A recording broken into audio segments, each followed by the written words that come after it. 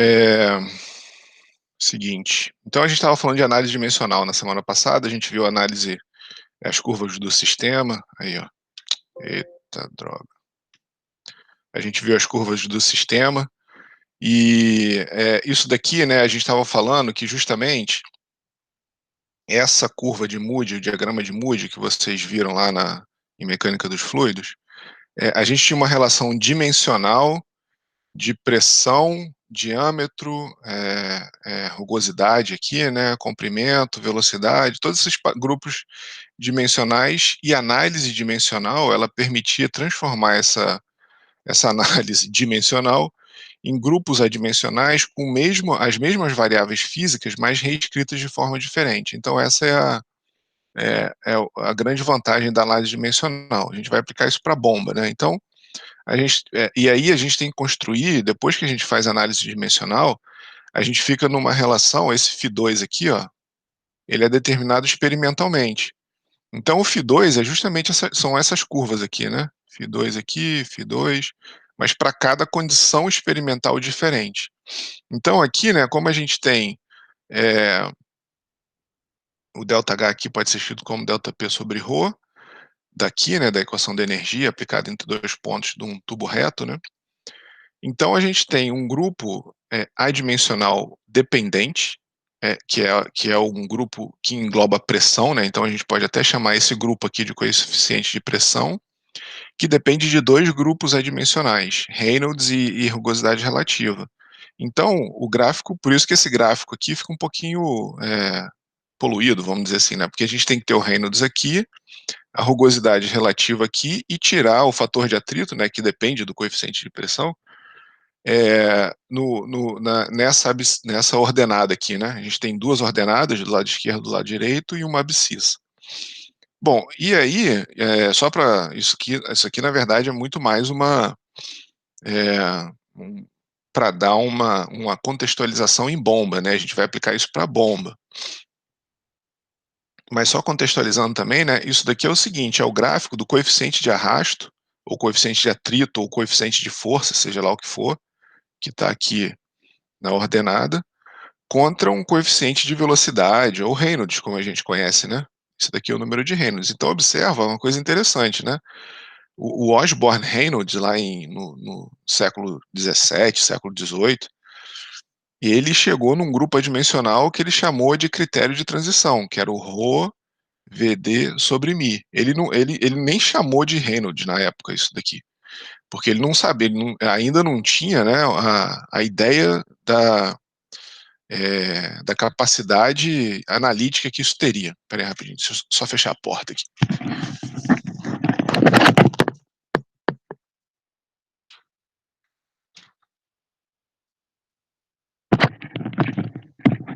Então ele não teve ideia da capacidade analítica que isso traria.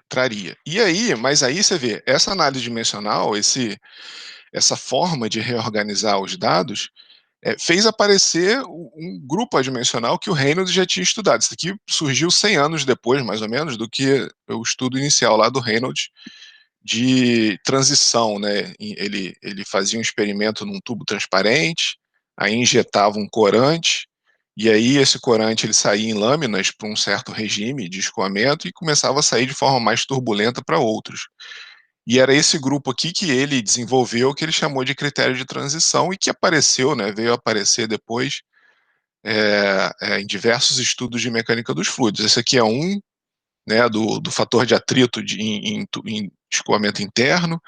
Isso daqui é o fator de arrasto, né, o coeficiente de força, ou o coeficiente de força numa esfera, por exemplo, caindo em água, ou numa esfera viajando no ar, seja lá qual for, é o fluido. Quem diz se é ar, se é água, são esses dois parâmetros aqui, né? Massa específica e viscosidade. E aqui desse lado tem a massa específica aqui.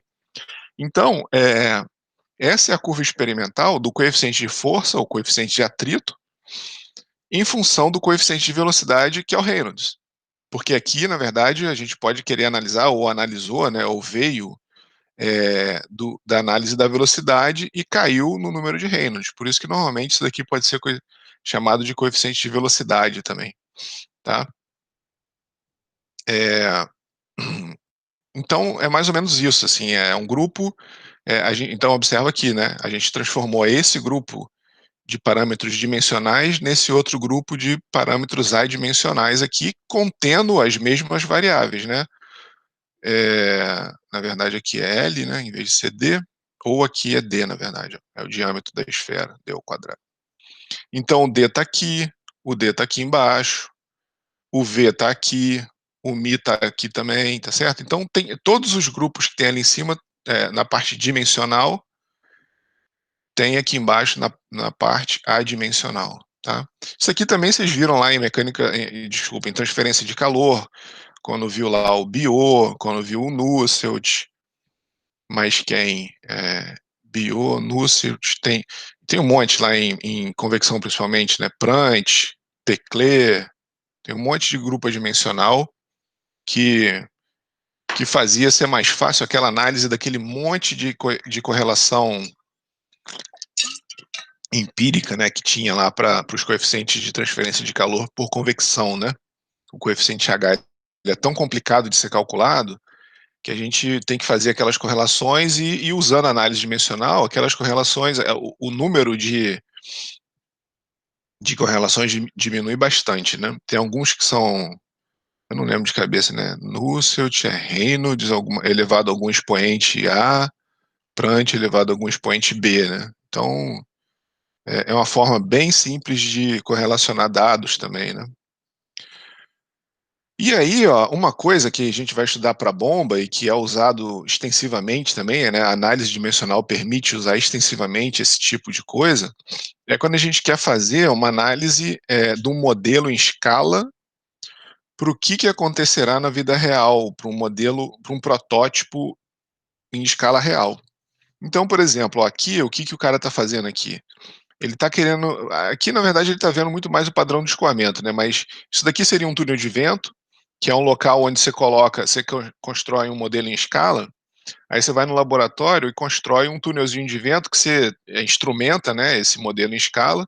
Então, eventualmente, aqui na roda embaixo, ó, provavelmente tem alguns sensorizinhos, essa partezinha aqui redonda. Pode ser que tenha alguns sensores que analisam aqui a força na hora que o túnel de vento está ligado aqui, né? Então aqui, em algum lugar aqui que a gente não está vendo, tem um hiperventilador, um superventilador aqui que assopra um vento muito forte, né? É claro que isso está acontecendo aqui, não com uma velocidade muito alta, porque esse cara está parado aqui, né? Mas ele pode atingir velocidades altíssimas e eventualmente uma pessoa nem conseguir ficar em pé. Mas aqui tem um vento sendo soprado, está carregando aqui, ele está fazendo muito mais uma análise aqui de descolamento de camada limite, da questão aerodinâmica aqui. E essa parte de baixo aqui, ó, tá eventualmente, né, eventualmente tem algum sensor aqui que está colado ali na roda, que está analisando justamente as forças que a aerodinâmica do carro, né, o atrito que o carro tem que vencer na hora que ele está na estrada. E a mesma coisa aqui, né, aqui tem sei lá, vamos dizer, né, esse em vermelho aqui é o projeto de um arranha-céu. E aí o que se queria ver aqui era a interação, aqui está o ventilador aqui atrás, né? Ó, aqui está o ventilador. E aqui isso aqui gira, né? Essa plataforma aqui gira para simular o vento atingindo esse arranha-céu de todos os lados.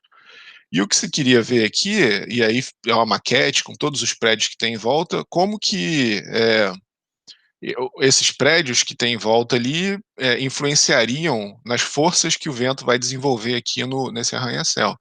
E esse tipo de coisa, ele vamos dizer assim, aqui eu mostrei uma vantagem, né, da análise dimensional, mas a outra vantagem é essa, que a gente pode igualar esses grupos adimensionais aqui, ó, a gente vai ver isso na aula de hoje para bomba, mas a gente pode igualar esses grupos adimensionais para um modelo em escala e para um protótipo.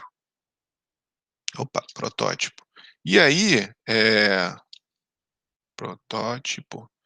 Então a gente pode colocar tudo isso aqui em escala, né? Mudar inclusive o fluido, por exemplo. Pode ser mais fácil analisar a força de arrasto de um submarino no ar, em vez de você construir um túnel de água e colocar um submarino lá dentro para você querer analisar os esforços, as forças de atrito ali do submarino com a água, você pode vir aqui, ó, usar o Rho e o Mi do ar, fazer um submarino testado no ar e transportar isso depois para as propriedades da água, né? Calcular a força que vai ser desenvolvido, né, num submarino, por exemplo, né, para água depois, tá? Então a gente pode também fazer a questão de análise dimensional, ela é usado para isso também. A gente vai usar isso em bomba, tá?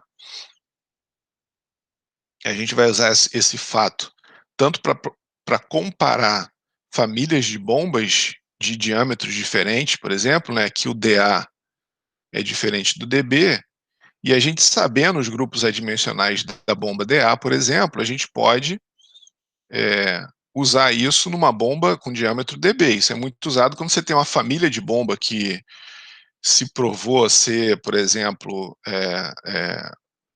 ou ter uma alta eficiência, uma família que foi muito robusta, muito bem aceita, e aí você querer desenvolver uma outra família com diâmetro menor, por exemplo. E aí você usa todos os grupos adimensionais de uma bomba para prever o que acontecerá em termos dos parâmetros de interesse na outra, tá certo? Então essa é muito mais o nosso interesse aqui, né, dessa análise de grupos adimensionais. Então tá aqui, ó, a análise dimensional permite agrupar os parâmetros de forma conveniente, que é o que a gente viu, né? Então, por exemplo, head vazão da bomba 1, o que aconteceria quando por exemplo, a velocidade de rotação varia, né? Então a gente pode criar grupos adimensionais para agrupar os parâmetros de forma conveniente, como que varia com a rotação, como que varia com o diâmetro, e agrupar esses resultados, que é o que foi feito aqui, ó. Essa daqui é a curva de uma bomba de uma empresa chamada Taco, e cada curva dessa aqui rosa é um diâmetro diferente, 12,75 polegadas, 11,25 polegadas, 9,75 polegadas. E por outro lado, essa daqui, ó, essa outra curva aqui, é para rotações diferentes, tá?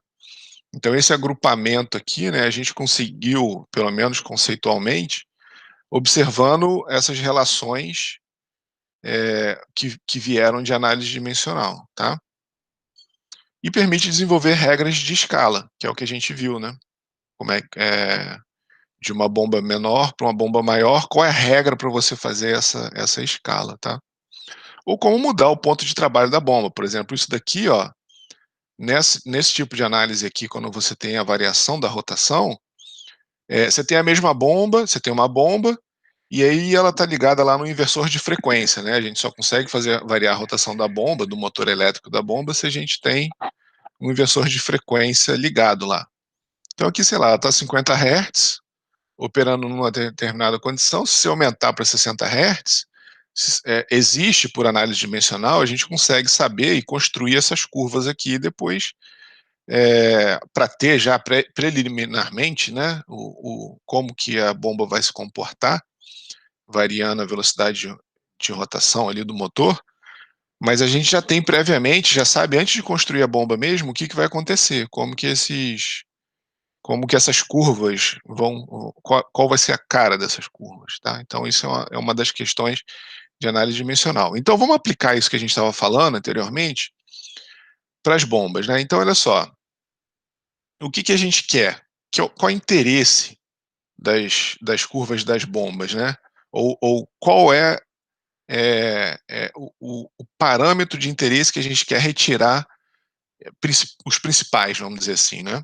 A gente vai ver por que a eficiência não está aqui. A eficiência também mas potência contra vazão e o head contra vazão, tá? A eficiência a gente vai ver por que não aparece aqui mais para frente. Então, aí usando aquele conceito de análise dimensional que eu falei, né? Qual é a ideia? A gente pega a potência, a gente pega o grupo, vamos dizer assim, dependente, né? Que a potência depende da vazão. Mas a gente, claro, sabe também que não é só a vazão. A gente quer essa curva, na verdade, isso daqui é a curva que a gente quer obter, mas analisando todos os parâmetros dimensionais que interferem na potência de eixo lá da bomba, né? A potência que ela demanda do motor elétrico. Então, o que é? Vazão, diâmetro. Isso aqui é uma análise realmente baseado na experiência. Isso aqui, eventualmente, quando o experimentador, né, quando o pesquisador ou engenheiro não tem muita experiência para levantar esse grupo de parâmetros que influenciam na potência e no head, por exemplo, aqui, né? O que ele faz é colocar todos os parâmetros que ele acha que pode influenciar, e depois a análise dimensional é uma técnica tão poderosa que ela mesma elimina, e aí, na verdade, até mesmo a observação experimental depois, né? Por exemplo, digamos aqui que você foi lá e colocou assim, cor da bomba. O que influencia na potência? Vazão, diâmetro, velocidade de rotação, massa específica e viscosidade do fluido, rugosidade ali dos elementos internos e cor. Aí você fala assim, pô, se eu pintar uma bomba de amarelo, ela vai desenvolver uma potência maior. Aí depois você tem que ir para o experimento, para o laboratório, ó, essas curvas aqui, ó, que a gente viu, isso é levantado em laboratório. O pesquisador fez essa análise dimensional aqui, definiu quem ele achava que influenciava na força de arrasto, chegou nesse conjunto de grupos dimensionais, fez uma análise dimensional, aqui o AD, análise dimensional, chegou nessa relação de parâmetros adimensionais e foi para o laboratório medir o G. Não tem como. A análise dimensional, ela pressupõe, ou um requisito essencial, é que você meça, que você tenha um aparato para você medir o G. O G é justamente essa função aqui, que foi construído com todos esses pontos experimentais aqui, tá vendo? O branquinho, o azulzinho cheio é um grupo, se você olhar aqui tem dois grupos de dados. O branquinho vazio, né, o círculozinho vazio e o círculozinho cheio. O círculozinho vazio, branco, ele é um grupo de pesquisadores. Então, ele estava concentrado muito aqui em Reynolds Baixo. Desculpa, estava concentrado aqui e no final aqui do experimento.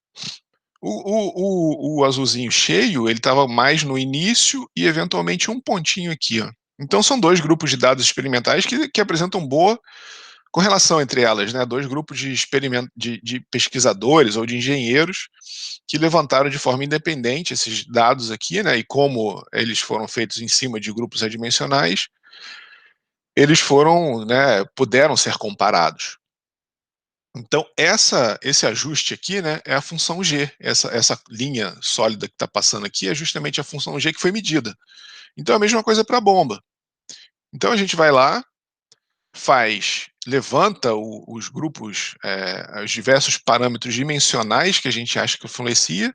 Aí digamos que você não tem experiência nenhuma, aí eu tô chutando aqui, cor é um absurdo, né, mas óbvio que vocês sabem que cor não influencia em nada, mas o cara foi lá e botou cor.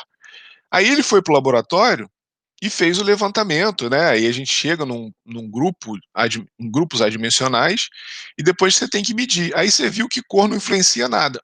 Aí você foi lá e tirou a cor e ficou só com esse grupo de parâmetros dimensionais, tá? Então é assim que normalmente é feito. Quer dizer, o cara que não tem experiência vai ter mais trabalho, tá? Ele vai ter um trabalho analítico aqui um pouco maior, porque ele vai achar ele vai ter um trabalhinho mas também nada demais, tá? Bom, então vamos lá, né?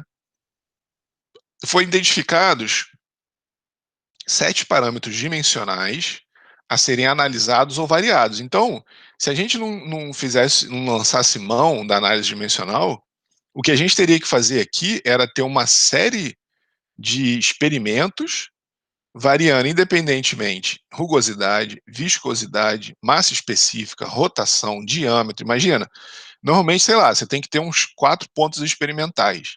Aí teria que variar a vazão Q1, Q2, Q3 e Q4. Mas aqui dentro, você teria que variar o D1, D2, D3, D4, o diâmetro da bomba, né? E aqui você teria que variar ômega 1, ômega 2, ômega 3 e ômega 4. E aqui você teria que, entenderam o drama disso? Rho1, Rho2, e eu não estou fazendo aqui, né, o ômega 1 do D2 aqui, né? Ômega 2, ômega 3, assim por diante. Aqui no Q2 é a mesma coisa, D1, D2, D3. Então, olha, isso daqui é uma coisa de louco, se a gente fosse fazer uma análise tanto em número de dados quanto análise dos resultados, né? Seria uma coisa muito complexa E a gente simplifica tudo, né, com eventualmente aqui de 1, 2, 3, 4, 5 grupos dimensionais para 2 grupos adimensionais. Então, é a mesma coisa que a gente quer aqui para a bomba.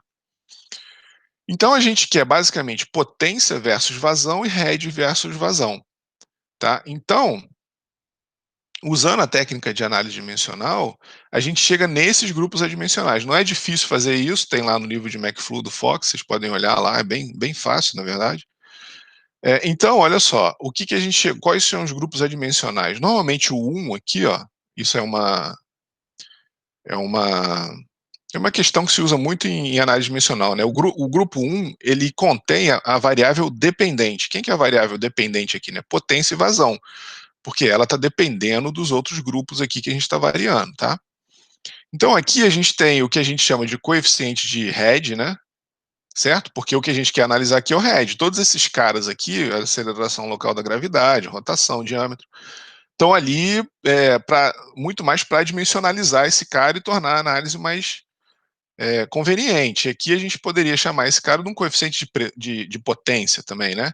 Que é a potência absorvida pelo eixo da bomba sobre massa específica, velocidade ao cubo, diâmetro à quinta, tá? Então esse foi os grupos adimensionais das variáveis dependentes.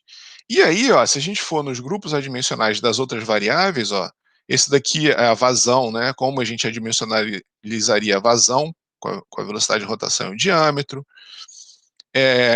Aqui seria um grupo que lembra bastante o Reynolds, né? Rho VD sobre Mi, certo? O Reynolds é Rho VD sobre Mi. Aqui a gente tem Rho, a velocidade angular, D sobre Mi. E aqui seria um cara que dimensionaliza a rugosidade, né? Ele está dimensionalizando aqui a rugosidade relativa. Isso daqui a gente poderia chamar de um coeficiente de velocidade, por exemplo. Se quiser pensar que isso daqui está dimensionalizando aqui, ó, a velocidade. Tá? Então a gente tem. E aí, olha que interessante. Isso acontece corriqueiramente em análise dimensional. Você tem os mesmos grupos, as mesmas variáveis independentes. Aqui eu chamei de π1, π2, π3, π4H, porque eu estou me referindo ao fato desses grupos π,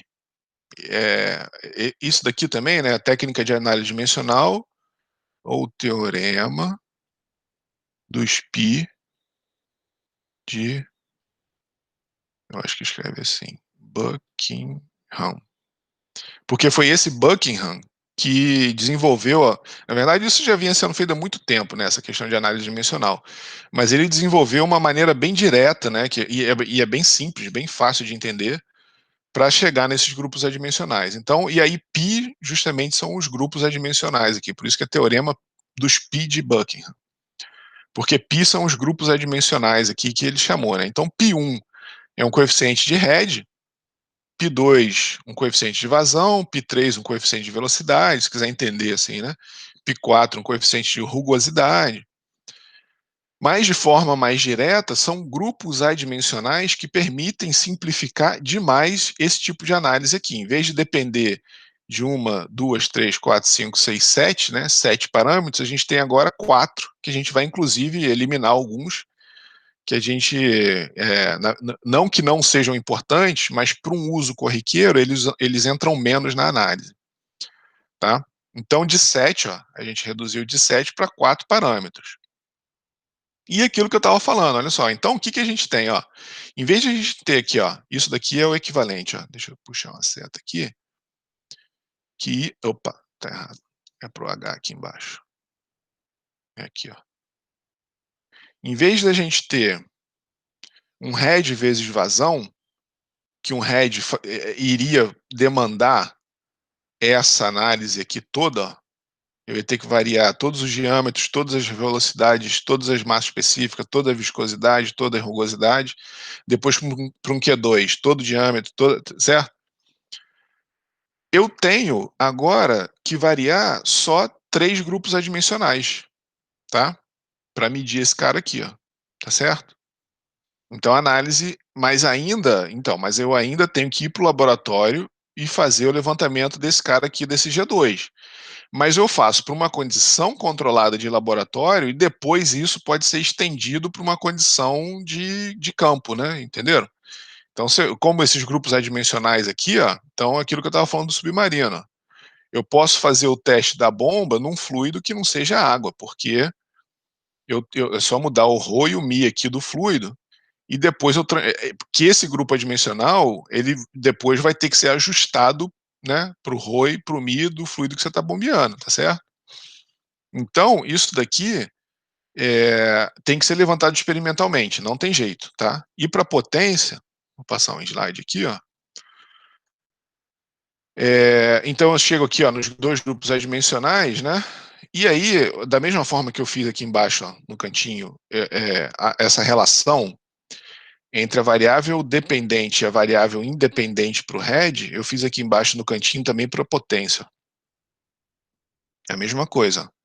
Eu tenho que ir para o laboratório determinar o G1. E aqui, nessa figura da direita aqui, ó, ele está justamente um gráfico mostrando o quê?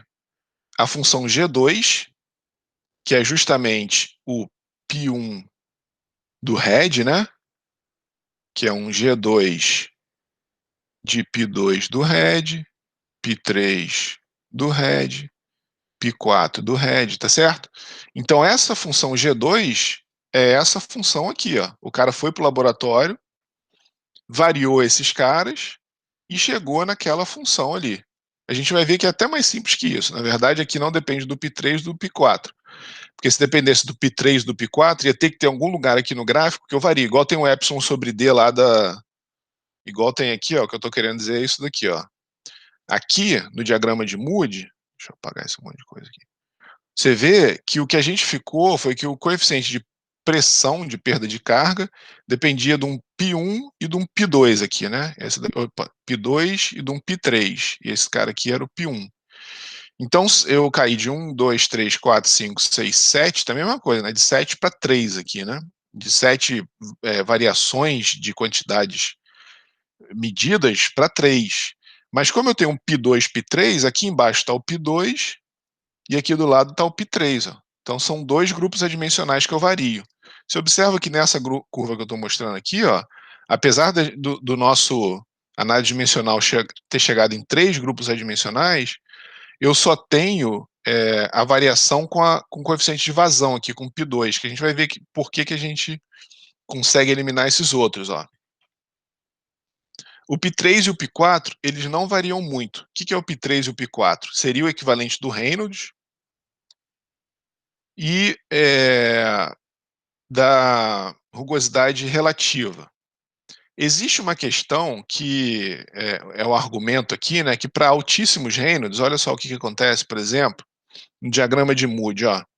Quando você tem uma região turbulenta, observa que se você está no Reynolds de 2 vezes 10 a sexta aqui, ó, vamos vir para cá, ou no Reynolds de 6 vezes 10 a sétima, o Reynolds não influenciou em nada aqui no fator de atrito, tá vendo? Então esse grupo adimensional π2 aqui, para uma determinada condição, ela não interfere na variável dimensional. Então esse é um argumento usado para eliminá-lo daqui da nossa análise. E o outro é que para uma bomba, as rugosidades relativas são muito pequenas perto de um diâmetro, vamos dizer assim, característico de uma bomba, né? Então esse é um outro motivo para esse cara aqui ir embora. Então, normalmente, a análise de bomba, a gente perde informação, né? Perdemos informação da viscosidade. Mas aí isso é corrigido de outra forma, tá?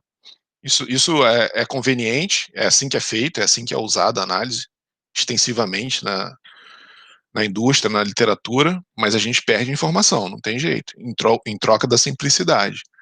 Então, na verdade, essa curva aqui, ó, ela no fundo, ela é π1H igual a G2 de π2H, tá? E o π2H está aqui embaixo, né? Que é igual ao π2P, né? Observa esses dois caras aqui, ó, o da potência. Por sorte, né? Eles foram iguais. O que isso permite fazer? No mesmo gráfico, isso daqui, de novo, só enfatizando, ó, Esse tipo de gráfico aqui, ele não chega no usuário final, tá? Ele é só usado na etapa de projeto, aquilo que eu estava falando. O fabricante tem um grupo de bomba, ele faz um gráfico desse tipo. Se qualquer momento da vida ele quiser fazer uma bomba com outra rotação, com outro diâmetro, se ele quiser mudar alguma dessas variações, ele vai saber, por exemplo, como que varia a vazão, como que varia o head, como que varia a potência, tá? Ele já tem de antemão informação para prever como é que vai ser a curva head vazão, potência vazão e eficiência vazão de uma bomba similar a que ele tem, tá? E aqui, ó, como o π2 de H e de P era o mesmo, né, que a gente viu aqui, isso acontece direto em análise dimensional, a gente pode plotar no mesmo gráfico a função G1, que ela é a relação experimental entre o grupo adimensional da potência com todos os outros grupos adimensionais. A gente, de novo, né, cortou aqui o π3 e o π4, ó, que eram o nosso reino de modificado, vamos dizer, né, e a rugosidade relativa. Então, a gente tem aqui, no mesmo gráfico, né, e o π1 da potência igual ao G1 de π2 da potência. É a função, né? G2 não está multiplicando, é a função G2, né? De π2 da potência e a função G1 de π2 do head e a função G1 de π2 da potência, tá? Aqui eu cortei esse coeficiente de NPSH, que isso a gente vai ver mais para frente. E a eficiência a gente vai ver que não muda, a gente vai ver por quê. Vai mudar aqui a vazão de uma bomba para outra, mas a eficiência é a mesma, porque a eficiência já é adimensional, então ela já é um grupo adimensional, não precisa trabalhar nele. Tá certo? Então essa é a ideia, né? Mas aí, ó, o que a gente está falando? Na verdade, eu dei um pulinho, eu fui um pouquinho para frente. Deixa eu andar um slide, depois eu volto naquele. O que acontece, ó? Para a gente... eu vou ficar aqui, eu vou falar aqui, ó, o seguinte, ó. Pra gente, é o seguinte, o requisito da análise dimensional, se a gente quiser saber, por exemplo, quanto que é o head de duas bombas com diâmetros diferentes, a gente tem que igualar todos os grupos adimensionais de um protótipo e de um modelo em escala, ou de bombas diferentes. Então, todo mundo aqui tem que guardar a mesma relação entre as duas bombas. Esses caras aqui, ó, lembra que a gente tinha uma bomba que era assim, maior, e uma bomba pequenininha, né? Então, se a gente quiser fazer essa comparação, saber quanto que vai ser o head, por exemplo, isso daqui seria o modelo escala. Se eu quiser ir para o laboratório, medir uma bomba similar a essa, ou fazer uma bomba menor a partir dessa, isso daqui seria o protótipo, ou bomba A, e essa daqui bomba B. Então, esses grupos aqui da bomba A e da bomba B têm que ser iguais para eu poder igualar o grupo que contém a variável dependente. Mas na prática, o que ele está dizendo aqui é que, como a gente viu aquele monte de curva para diâmetros diferentes, lembra que a gente tinha uma curva head, vazão para vários diâmetros. O fabricante só muda o diâmetro e não muda a carcaça. Então a gente acaba perdendo. Então a bomba, o critério principal é que tudo seja reduzido de forma proporcional, inclusive as dimensões geométricas. Mas muitas das vezes, na prática, isso não acontece. Então a gente fica com uma certa variação, né, na prática. A gente não observa 100% o que a gente determinou nessa análise dimensional, mas obtém aproximações muito perto, tá? E o que acontece? Para bombas maiores, a rugosidade dela começa a ficar menor do que para bombas menores. Então, a gente vai ver também que existe uma forma de corrigir a eficiência da bomba levando em conta isso, que a eficiência de uma bomba maior, ela de forma geral é maior relativamente, né, a eficiência de uma bomba menor. Deveria ser igual porque isso já é um grupo adimensional. Se você reduzir tudo de forma proporcional, esses caras aqui, teoricamente, deveriam ser iguais. Não teria motivo para o rendimento de uma bomba maior ser diferente. Não deveria ser de uma bomba menor, eles deveriam ser iguais. Mas a gente vai ver que uma bomba maior, ela tem um rendimento um pouquinho melhor por causa disso. Ela tem uma menor rugosidade relativa. E na prática também, a viscosidade influencia fluidos viscosos, por causa da viscosidade. A gente não, acaba não levando isso em conta. Então a gente tem aqui alguns probleminhas, mas que normalmente isso não tem, assim, na prática essas coisas são contornáveis, tá? A gente tem uma perda de relação geométrica, a gente tem eficiências melhores de bombas maiores, a gente perde informação de fluido viscoso. Então é isso que acontece na prática, efetivamente, tá? Então a gente não consegue igualar todos os grupos adimensionais, que é um requisito da análise dimensional. Para a gente fazer a comparação, todos eles têm que ser iguais entre o modelo, ou entre a bomba A e bomba B. Eles têm que ser iguais para a gente garantir que isso daqui funcione, tá?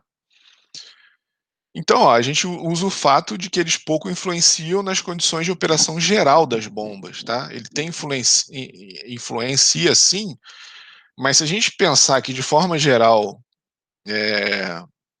claro, né, cada aplicação tem a sua particularidade, mas pensando numa aplicação de água fria, fluido, água limpa, né, ou fria, e fria, então a gente tem uma boa aproximação desses caras aqui, é, desses grupos adimensionais para a condição real de operação da bomba. E aí ajustes são feitos quando foge vamos dizer assim, né, dessas restrições, tá? A gente vai ver alguns ajustes desses, né? Então tá aqui, ó, se um fluido viscoso for testado ou bombas de tamanhos diferentes forem analisados, é necessário fazer alguns ajustes. A gente vai ver que existem ajustes para levar isso em conta, né? Então, fluido viscoso, bombas centrífugas normalmente não gostam de fluidos viscosos. Existem passagens muito estreitinhas ali por onde a bomba passa, as perdas de carga começam a aumentar muito, né? Então lembra que o impelidor normalmente ele é uma parte fechada que tem canais estreitos. Então viscosidades altas deterioram bastante o desempenho de bombas centrífugas, tá? Bom, tá aí, né? O que eu falei. Então, na maior parte das vezes, o fluido bombeado não muda. Então, também é outra coisa, né? Você tem uma aplicação específica, você faz um ajuste uma única vez e aquele ajuste vai ser feito para sempre, vamos dizer assim. Dificilmente você fica trocando o fluido do seu processo, né? Ou se mudar, tem como compensar isso, tá? Então a gente pode restringir comparações de escala muito diferentes. A gente pode falar, não, só para, sei lá, diâmetro A sobre diâmetro B, não sei, menor que 10, vamos supor. Então, se uma bomba for 10 vezes maior que a outra, a análise dimensional começa a apresentar resultados discrepantes. Para dA sobre dB, por exemplo, né, menor que 10, os resultados são confiáveis. Então, a gente pode fazer uma restrição na escala também, tá? Bom, então, isso tudo a gente está falando para avaliar a variação do ponto de trabalho da bomba.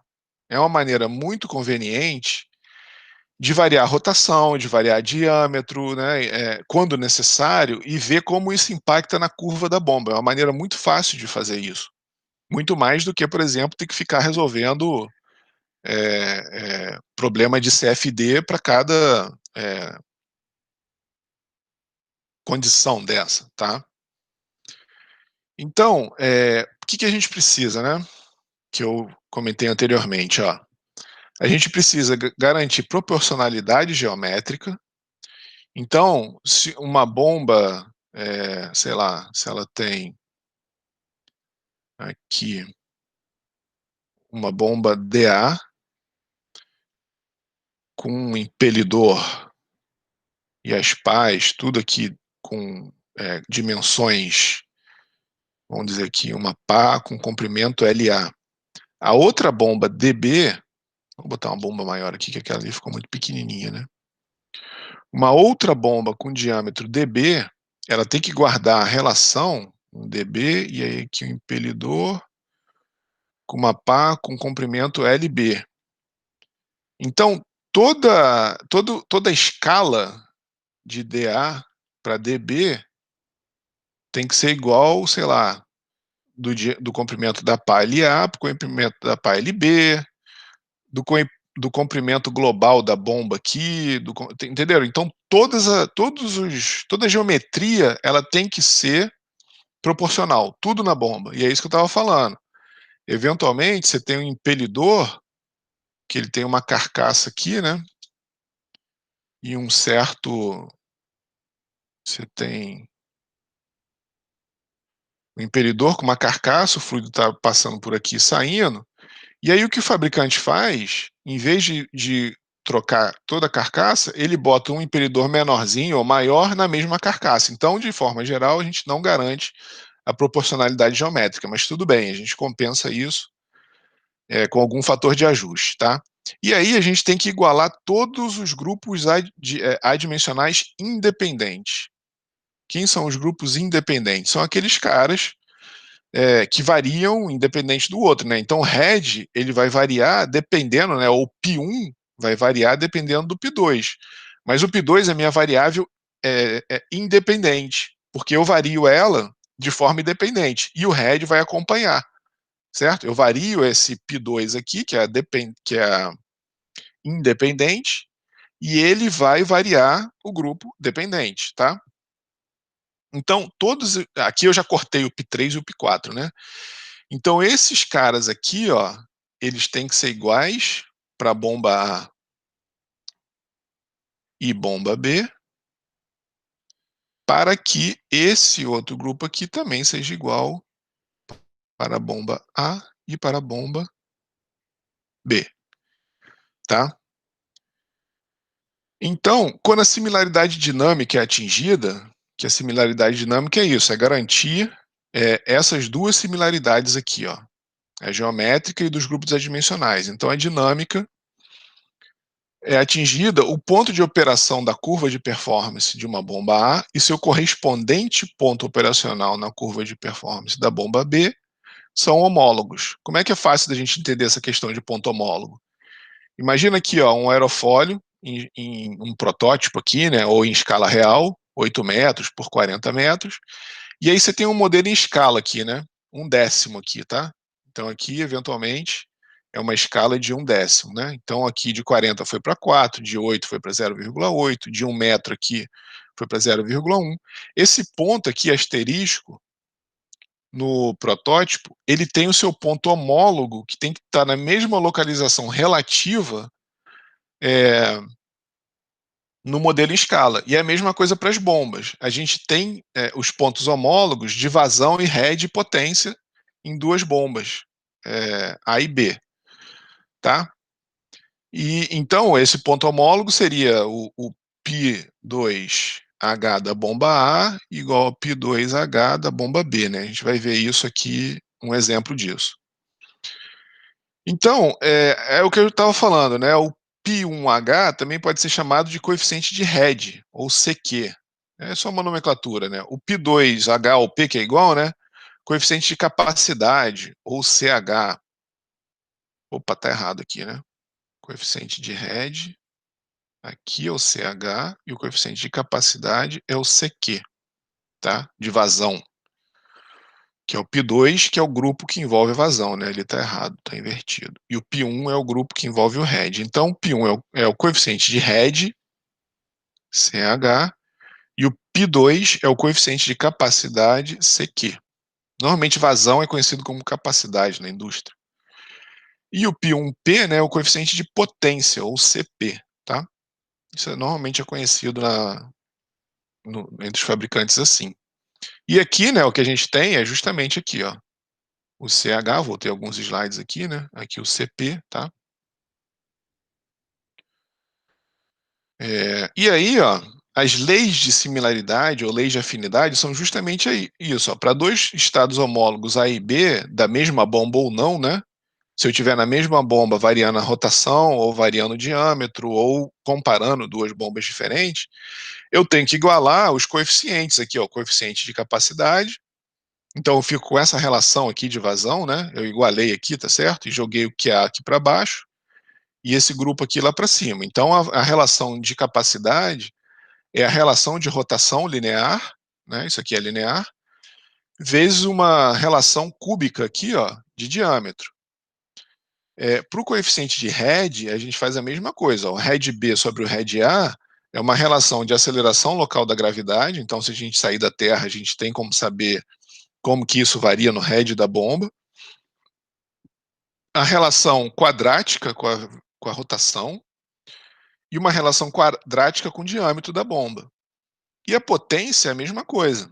A potência absorvida do eixo da bomba B com a bomba do A, ela é uma relação de massa específica, de velocidade de rotação cúbica e de diâmetro à quinta. Então, olha só, um caso simples disso, de aplicação disso, é você pegar a mesma bomba, então ela tem o dA igual a dB, claro, né? A mesma bomba, ela não mudou, e o mesmo fluido, ρA igual a ρB. E aí a gente varia a rotação, que são essas curvas aqui, né? Eu já mostrei para vocês algumas vezes. É uma curva de capacidade ou de vazão contra o head aqui. Então, aqui é a curva da bomba operando a 30 Hz, essa curva aqui, sei lá, 40, aqui 50, essa curva daqui, 60, essa curva daqui. E como é que a gente chega nessa relação de vazão e head? Pelas leis de similaridade que a gente acabou de ver, ó. Se a gente disser que o diâmetro é igual, esse cara aqui é 1, certo? E aí fica que a razão de capacidade ou de vazão é uma razão linear de rotação. Ou seja, se eu dobrar a rotação, eu dobro a vazão. O head, digamos que a gente não saiu da Terra, então esse cara aqui continua o mesmo. Esse cara aqui, para a mesma bomba que a gente está analisando, né, só variou a rotação. Então, a rotação quadrática. O head aumenta com o quadrado da rotação. E a potência é a mesma. Aqui, ó. Olha só. Não, desculpa, aqui mesmo que a potência só é a mesma para quando a gente faz. A potência varia com diâmetro à quinta. Ela é a mesma para dois pontos homólogos, mas ela varia, claro. Então, aqui, ó, com diâmetro à quinta e com a rotação ao cubo. Então, a gente tem uma razão linear para vazão, para variação da rotação com a vazão, uma variação quadrática da variação da rotação com head e uma variação cúbica da variação da rotação com a potência, tá? Que é o que está aqui. Essas curvas, elas foram obtidas experimentalmente, mas antes de serem obtidas experimentalmente, elas foram calculadas e o fabricante definiu se valeria a pena ou se eventualmente o que acontece com essa bomba quando você varia a rotação. Então ele já sabe de antemão que o head vai acontecer, por exemplo, a vazão vai dobrar quando eu passo de 30 para 60 Hz, tá? Então o ponto homólogo aqui, ó, desse cara de 500 que a gente estava falando, né? É o cara aqui em 1000. Porque quando eu variei a rotação, se eu variei a rotação aqui, a vazão, se eu dobrei a rotação, a vazão dobra. Então, o ponto homólogo, esses dois pontos aqui, ó, de 500 e de 1000, porque se dobrou a rotação, dobrou a vazão. Eles são ponto homólogos, tá? Aqui são homólogos. Certo? E o head, ele variou ao quadrado, né? Então, se a gente pegar aqui o valor aqui, ele é ao quadrado lá. Bom, aqui, ó, tá um exemplo aqui, né? Mas eu vou resolver alguns exemplos aqui para a gente ver essas relações, mas olha só. Eu tenho uma bomba aqui, por exemplo, a 1.800 RPM, e ela tem essa curva aqui, ó, vazão em metros cúbicos por hora, de 0 a 1.500, e head de 36 a 25. Então aqui a gente tem o head de Chutoff, né, que seria aqui, quando a vazão é zero, até o head mínimo aqui, onde a vazão é máxima. Então, o que eu fiz aqui, ó? se eu tinha a rotação de 1800, eu apliquei essa razão para a rotação aqui, então vai ser proporcional aqui, né? O que for a razão de 1800 para 1600 vai ser a mesma razão de head da bomba de 1800 para a bomba de 1600. Então é só dividir esses dois e multiplicar aqui na vazão da bomba de 1800 que a gente tem, vai ter aqui a relação da vazão, né? Que é igual, essa relação aqui, ó, ela vai ser igual à razão de rotação da bomba, tá? Linear, tá certo? Porque aqui a gente viu que isso daqui é linear. O head, ele a variação ela é quadrática, né? Então por isso que apareceu a raiz quadrada aqui. O HB sobre HA igual a NB sobre NA ao quadrado. N ponto, né? RPM. Aqui tanto faz. Medindo, se for RPM ou radianos por segundo, se for RPM por RPM, da bomba A para a bomba B, ou radiano por segundo da bomba A para radiano por segundo da bomba B é a mesma coisa, porque o fator de correção de um para outro é 2π sobre 60. Aí você multiplica por 2π sobre 60 embaixo e em cima vai dar no mesmo, né? Certo? Então por isso que tanto faz você botar radiano por segundo ou rotação por segundo, ou rotação por minuto, tá? E aí, então a gente faz essa relação aqui para o head, ó, tá? Tá aqui, ó, para o head, para todos eles, né? Aqui para o head, e constrói uma nova curva. Essa daqui é a minha curva original de 1800 RPM, que estava aqui em cima. E aí, se eu quiser fazer essa bomba operar 1600 RPM, eu sei de antemão que ela vai ter esse comportamento aqui, ó. E aqui estão os pontos homólogos. O ponto 0,36 virou 0,28,4. Então tá aqui, ó. 0,36 virou 0,28,4.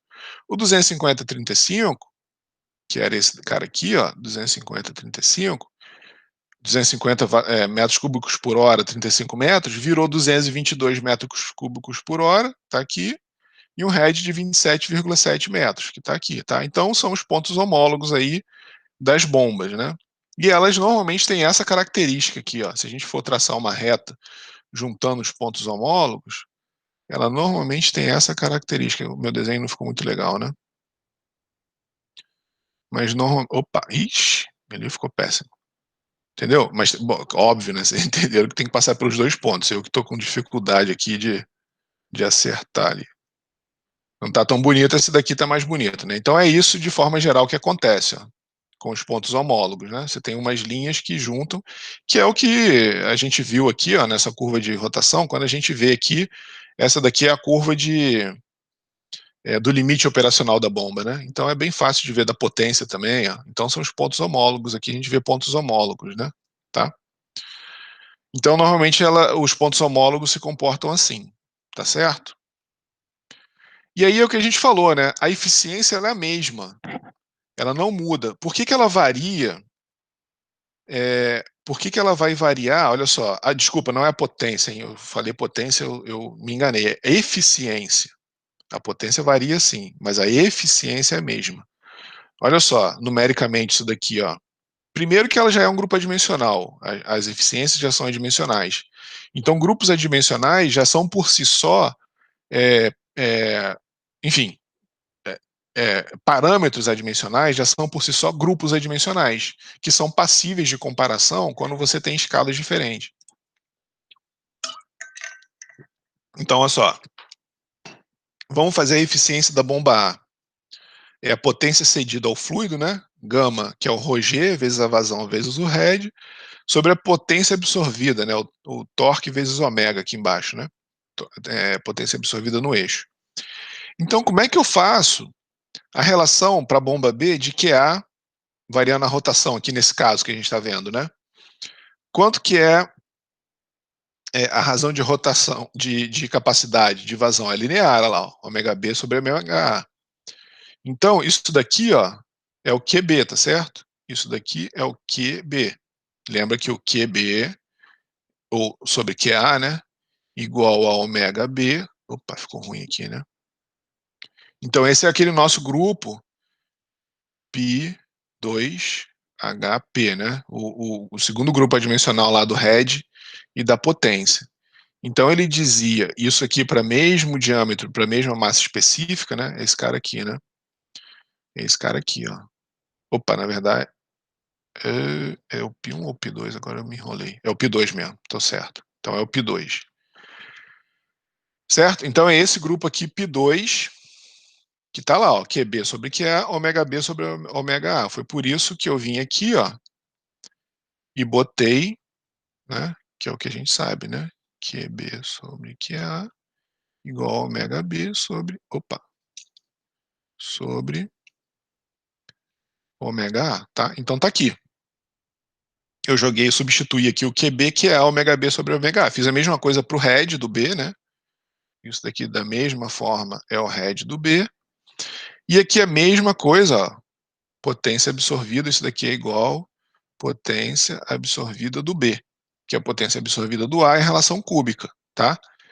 Então eu vou apagar tudo aqui para não ficar muito poluído. Observa que o que a gente fica, aqui em cima ômega B sobre ômega A ao cubo, né? Se eu juntar esses dois, então eu fico ômega B sobre ômega A ao cubo, que vai cortar com esse ômega B sobre ômega A ao cubo. Então, ó, eficiência B é o gama B, que é igual, né? O ρg aqui, o gama igual a ρg.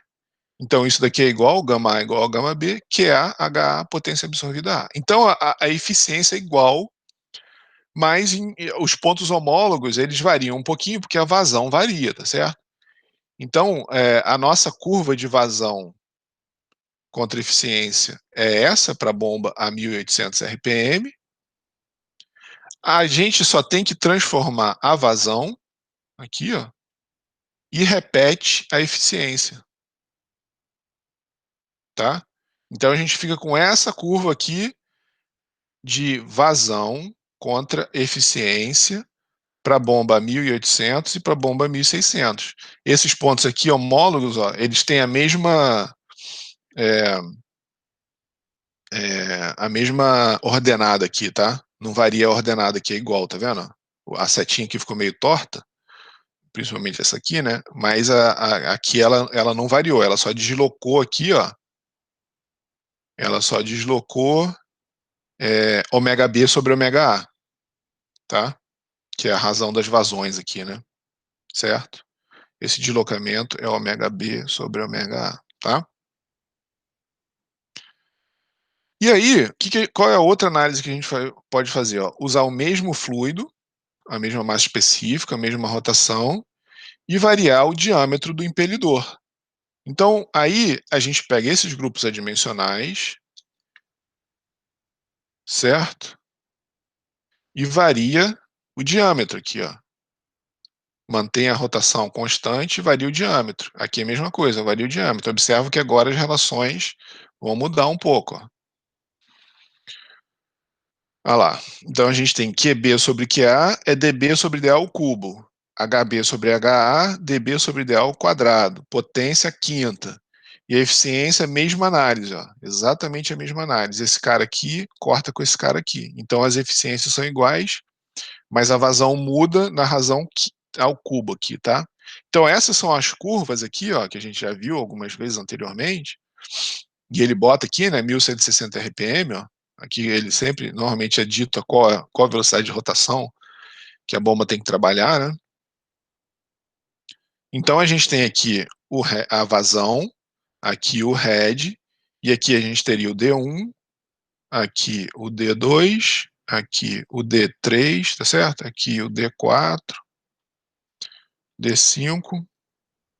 Aqui, ó, normalmente isso aqui, ó, curvas baseadas em água limpa com gravidade específica, né, ou massa específica, ou densidade, né? O que a gente chama de densidade de 1, certo? Então, normalmente é assim que é feito, tá? Então, aqui é uma curva, né, que isso daqui basicamente foi medido, mas pode, de novo, né, pode ser calculado e pode ser pré-analisado com essas relações. Isso daqui, ó, é uma coisa importante, ó. Isso que eu estava falando. Na verdade, o fabricante, ele não troca toda a bomba, ele pega a mesma bomba e usa uma de 12,75 polegadas Aí bota uma que é metade do diâmetro aqui praticamente, né? Quase, né? Quase metade aqui, ó. Menos da metade, né? Certo? Então, ele usa na mesma bomba, com a mesma carcaça, diâmetros diferentes em impelidor. Isso daqui é feito na mesma carcaça. Isso destrói a nossa relação geométrica. E aí, por isso que na prática, em vez de usar essas relações aqui que a gente obteve, a vazão dB sobre dE ao cubo, head dB sobre dE ao quadrado, potência quinta, a gente usa essas relações ajustadas aqui, né? As propostas são essas. Então, uma relação linear com diâmetro para vazão, uma relação quadrática para o head e uma relação cúbica para a potência. Tá? Então, são resultados observados experimentalmente que acontece isso, na verdade, porque a gente usa a mesma carcaça. Tá? O fabricante ele não pega e troca toda a carcaça, ele troca só o impelidor. Tá? Então, é isso que a gente estava falando, né? Bombas maiores são mais eficientes, porque não só por causa das rugosidades relativas, né? Mas as folgas, né? Você acaba tendo ajustes melhores porque as folgas são menores, né? Você tem uma questão de tolerância menos crítico do que uma bomba pequena. Uma bomba pequena você tem tolerâncias muito mais apertadas. Numa bomba maior, você pode trabalhar com tolerâncias relativas maiores, né? E a rugosidade relativa também passa a ser desempenhar um papel, né? Se você pensar duas bombas do mesmo material, uma pequena e uma grande, a bomba pequena vai ter uma rugosidade relativa maior, porque os diâmetros envolvidos ali são maiores. Então, isso faz com que a eficiência, na verdade, varie um pouquinho, sim. A gente disse que ela é... A gente mostrou aqui, ó, que a eficiência não varia, né? Nesse caso e nesse caso aqui, ó, que as eficiências são iguais. Mas na prática ela tem uma pequena variação, e aí foram desenvolvidas algumas formas empíricas aqui, né, para tentar desenvolver aqui, ó, como que a eficiência varia com o diâmetro, e aqui como que a eficiência varia com a vazão, tá? Observa aqui, ó, que esse 0,94, ele é um limite superior, ele está dizendo que a bomba nunca vai ter 94%, na verdade nunca vai ser igual, né? Aqui ela pode dizer que eventualmente vai ser igual, mas aqui nunca será, tá? Então são ajustes experimentais que foram desenvolvidos aí ao longo do tempo. Então aqui, ó, vamos tentar clarear um pouco a mente com um exemplo aqui, ó. Então olha só, a gente tem o parâmetro de uma bomba que eu estou chamando de protótipo. O que seria? Eu peguei um modelo em escala, ou tenho um protótipo de uma bomba que eu quero testá-la em laboratório. Eu tenho uma bomba em tamanho real, que é o protótipo, isso normalmente é a definição do protótipo, né? Quando você faz algum dispositivo já em tamanho real, e você quer testá-lo em condição controlada de laboratório. Então, o que se faz é, pegar, e a gente vai usar, né, essas relações de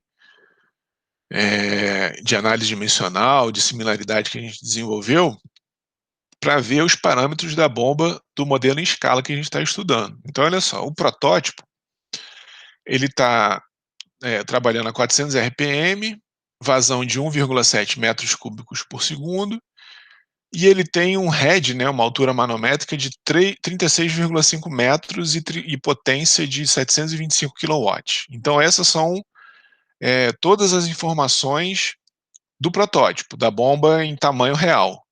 E aí a gente quer fazer um modelo em escala, né? Normalmente quando se fala modelo aqui, entenda modelo em escala. Bom, modelo em escala, tá? Aqui, ó, com escala 1:6. Então, um modelo que foi reduzido aqui, né? Então, você foi para o laboratório e reduziu o modelo. Eventualmente, isso acontece em algum... Tem tipo de experimento que você quer estudar microfluídica, né? Escoamento em canais muito pequenininhos, que você pode querer aumentar a escala. Querer estudar comportamento de animais. Tem esses animais que flutuam na água, né? Que eles não rompem a tensão superficial da água. Então, eventualmente, você pode querer analisar, sei lá, ou até o mesmo coeficiente de arrasto de bactérias. Então, eventualmente, você pode querer fazer um modelo em escala maior, mas aqui é uma escala 1/6, né? Ou está reduzindo ali, está reduzindo o tamanho da bomba. Então, esse modelo vai ser testado com altura manométrica de 9 metros, um head aqui de 9 metros. Então, determine a rotação e a descarga, né, a vazão, que deverá funcionar assim como a potência requerida pelo modelo. Então, aqui é a aplicação direta dessas relações de similaridade, tá? O π1 do head, né, o nosso coeficiente de head, nosso coeficiente de vazão, ou coeficiente de capacidade, aqui o coeficiente de potência, tá? Então, ó, usando os grupos adimensionais, a gente vai determinar a rotação e a descarga do modelo em escala. Então, vamos considerar o índice A para o protótipo e o índice B para o modelo em escala. Então, tá lá, ó, o nosso coeficiente de head, né, que é a aceleração local da gravidade, h ômega ao quadrado sobre d ao quadrado, vai ficar dessa forma. Então, a razão de head do protótipo, que é o B, para o modelo, desculpa, do protótipo, que é o A, para o modelo em escala, que é o B, é a relação entre as acelerações da gravidade, que normalmente pode ir embora, as rotações, que foi dado aqui, né, 400 RPM. Não, na verdade ele quer a rotação, né? Então ele está pedindo a rotação. Então isso daqui vai ser determinado, mas ele deu a escala, né? Então a gente está considerando que tudo está reduzido de 1/6. Então dB sobre dA é 1/6, tá? Beleza? O diâmetro do modelo para o diâmetro do protótipo é 1/6. E a mesma coisa a gente faz aqui para vazão, né? Então, olha lá, ó, usando as mesmas, o grupo adimensional que a gente obteve, né? Vazão B sobre vazão A, ômega B sobre ômega A, dB sobre dA, certo? Então, se a gente for com 1 aqui, ó, a gente fica aqui ômega B, a rotação B, né? A rotação do modelo, ela é a rotação de A vezes a razão de diâmetro, né? Agora eu inverti, claro, né? Porque eu passei o ômega A para o lado de lá, né? O ômega A, e aí esse cara foi, o dB foi dividindo, e o dA no numerador e o dB no denominador. E a razão de head, que esses dois caras aqui estão ao quadrado, né? Então ficou a razão de raiz quadrada do head. Bom, então eu tenho o ômega A, né? Eu tenho a rotação A 400 RPM, então lembra, isso daqui é 400 vezes 2π sobre 60, isso, uma coisa que eu já comentei com vocês, né? Isso daqui dá aproximadamente 0,1. Então, de fato, 400 veio para 41,89, uma forma de, assim, bem simples. Por exemplo, você transformou 400 RPM para radiano por segundo, aí deu 80, pô, você errou alguma coisa, né? Tem que ser alguma coisa 10%, aproximadamente 10%. Então, 41,89 está mais ou menos coerente. Vezes 6, né, que agora é a relação invertida ali, né, era dB sobre dA, foi para dA sobre dB, sobre a razão de head, que é 9 sobre 36,5, olha lá, 9 do modelo em escala e 36,5, eita, cadê o apontador aqui? 36,5 do protótipo. Então a gente fica com a rotação de 124 radianos por segundo, ou 1.192 RPM para o modelo em escala, né? Subiu aqui, ó, de 400 para 1.192. E usando a relação 2 agora, para a gente determinar a vazão, né, do modelo em escala, a gente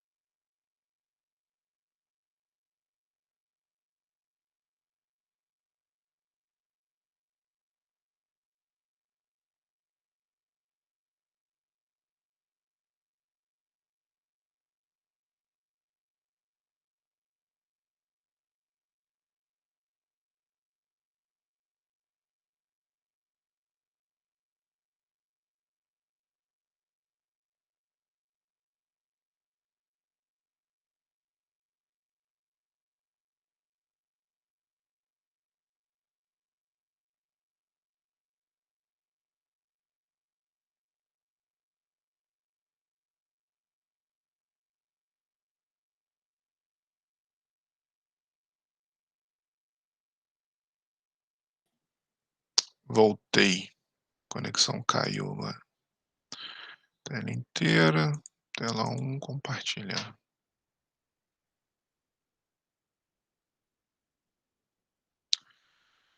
Bom, então eu estava mostrando aqui, antes da conexão cair, essas relações, né? O, o resultado final, então, aqui, ó, a gente tem a vazão do modelo em escala, 84,6 metros cúbicos por hora. Aqui em metros cúbicos por segundo, né? Aí multipliquei isso aqui por 3.600 para dar metros cúbicos por hora. E a potência que o modelo vai absorver, tá? Então, aplicação direta das relações de similaridade. Bom, então, de forma geral, a gente já falou isso algumas vezes, né? As bombas centrífugas, elas são usadas para fluido com baixa viscosidade. A gente começa a ter muito problema de perda de carga na hora que a viscosidade do fluido eleva por causa da característica da bomba, né? Você tem ali muitos espaços estreitinhos, tem muita perda de carga indesejada entre o rotor e a carcaça, a própria passagem pelos canais que não são muito, que são relativamente estreitos no impelidor, ele faz com que o efeito da viscosidade seja muito severo. Então observa que a medida, isso daqui é uma curva característica, né, de vazão contra, aqui teria o head, a eficiência. Eventualmente pode ser feito assim, né? O head aqui, isso é uma coisa comum, né? Head aqui, e eventualmente, por causa da escala, a eficiência pode vir para cá, aqui pode ser head potência, por exemplo, e aqui eficiência, mas enfim, isso não importa. O que está mostrando aqui, ó, é que à medida que a viscosidade aumenta, as linhas cheias seriam a viscosidade, vamos dizer assim, da água, né? Uma faixa de viscosidade da água. E à medida que você vai aumentando a viscosidade, você vai caindo nessas linhas pontilhadas. A potência absorvida no eixo aumenta, então o motor elétrico precisa ser maior, o head diminui e a eficiência cai. Então tudo de ruim, né? Você tem uma bomba trabalhando com fluido viscoso, isso é péssimo para a bomba, porque ela pede mais potência, ela desenvolve menos head e é menos eficiente. Então bombas centrífugas normalmente não são usadas para fluidos muito viscosos. Aí vão entrar as bombas de deslocamento positivo que a gente vai começar a ver mais para frente, tá? Esse valor aqui, ó, 300 vezes, ele está dizendo aqui, né, que acima de aproximadamente 300 vezes a viscosidade da água, a deteriorização é tão grande que uma bomba de deslocamento positivo é recomendada. Esse valor não é um valor mágico, tá? Então vocês têm que tomar cuidado que, eventualmente, a indústria não usar é, como referência, vamos dizer assim, definitiva, né? Você vai chegar lá e vai falar, não, 302, então bomba de deslocamento positivo. 302 vezes a viscosidade da água. Não é assim, né? Então, eventualmente, uma viscosidade menor pode requisitar uma bomba de deslocamento positivo e uma viscosidade maior, uma bomba centrífuga pode aceitar.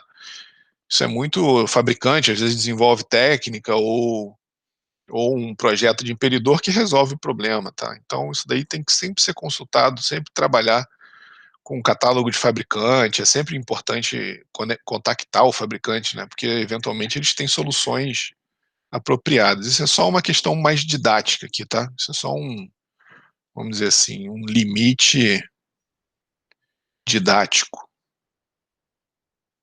Só para entender que existe uma faixa recomendável de viscosidade que é a partir da qual a bomba deteriora e degrada bastante a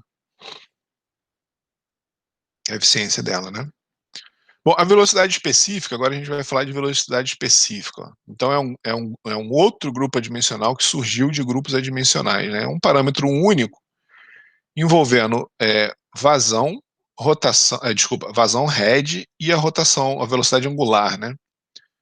Usada na seleção de tipo de bomba. Então, se a gente precisa de ir com a bomba radial, mista ou fluxo axial, né? E a eficiência esperada, tá?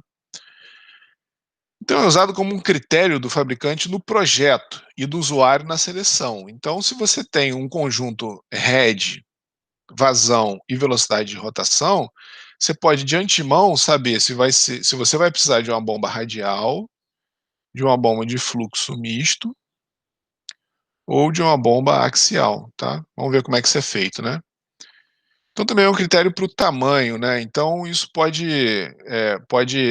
eventualmente dizer se uma bomba maior vai ser tão eficiente quanto uma bomba menor, vai ser adaptada para aquele processo, porque eventualmente se uma bomba pequena pode resolver seu problema e você não precisa ficar fabricando bombas grandes, tá? É, tá?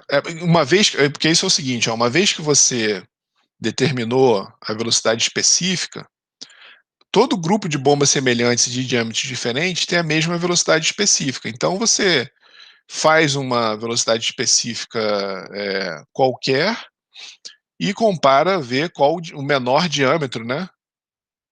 Qual o menor diâmetro que atende, tá? E é deduzido dos grupos adimensionais testados anteriormente. Então, a gente vai eliminar o diâmetro e com isso vamos usar o seguinte, ó.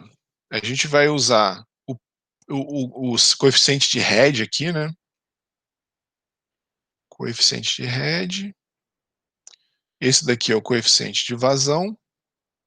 A gente vai juntar esses dois e eliminar o diâmetro.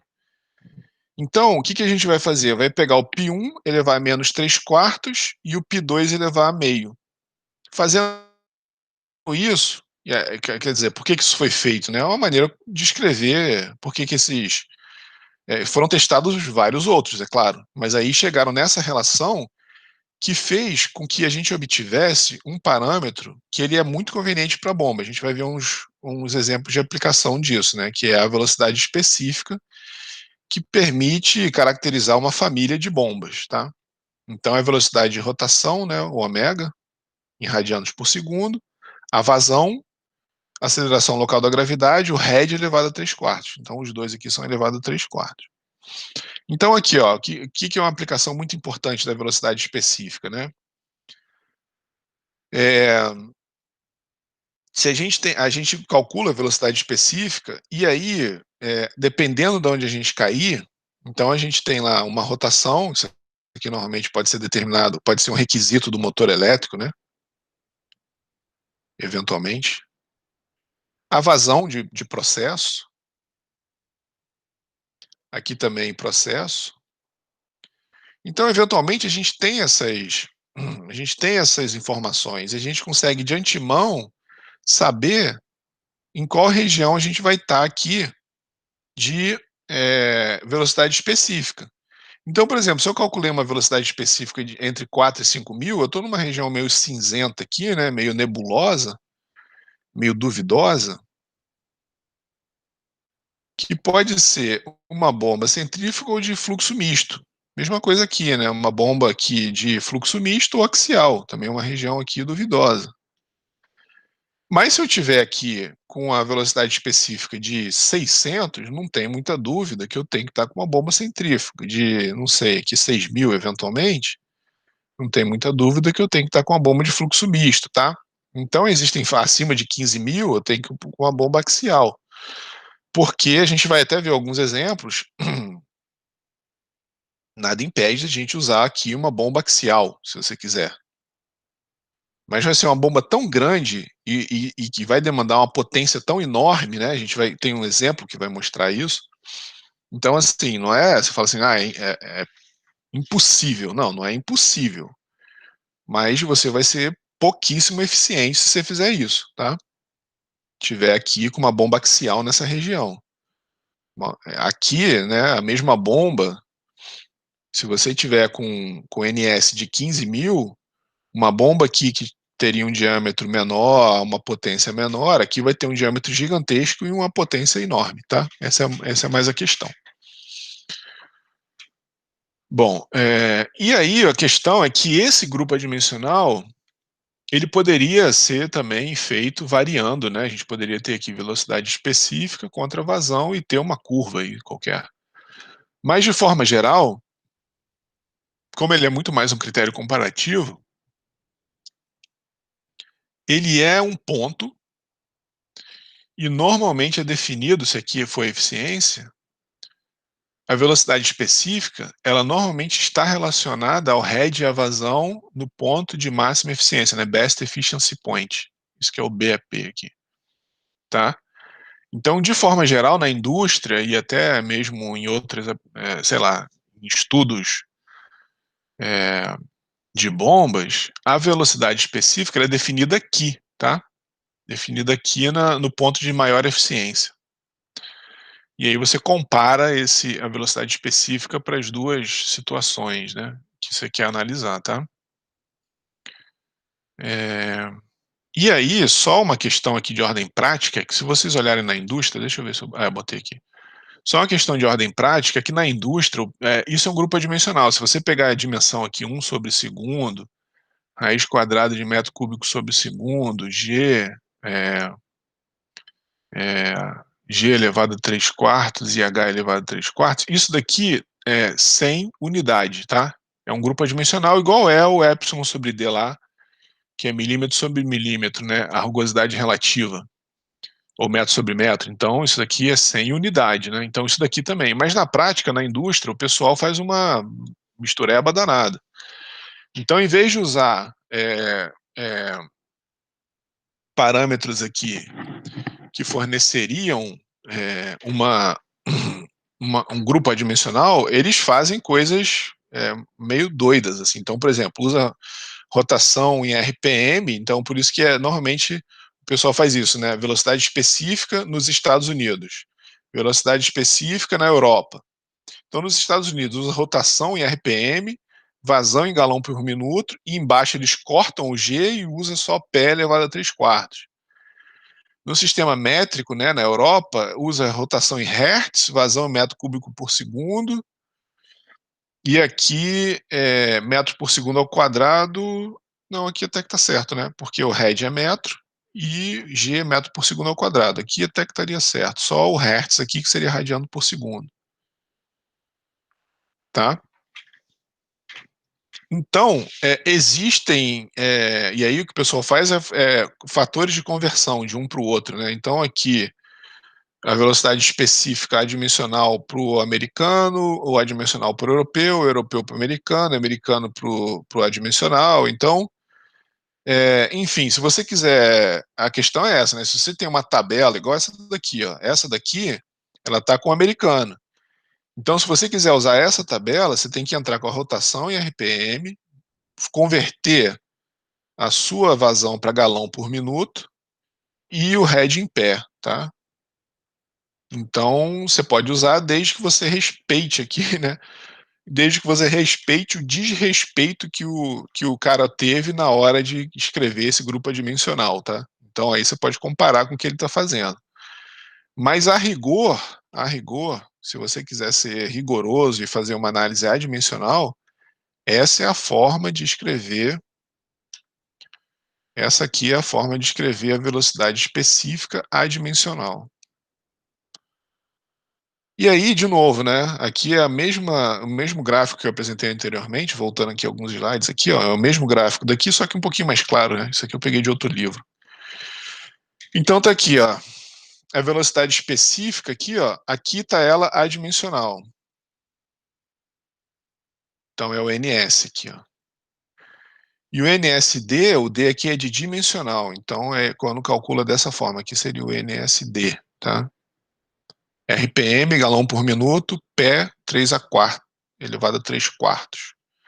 Que, enfim, aqui é uma razão constante, né? Que é o que mostrou lá. Então, aqui, ó, para a velocidade específica da ordem de 500, observa que é a mesma escala desse daqui que eu estava mostrando para vocês, né? 500 aqui centrífuga, entre 4 e 5 mil começa a ser fluxo misto.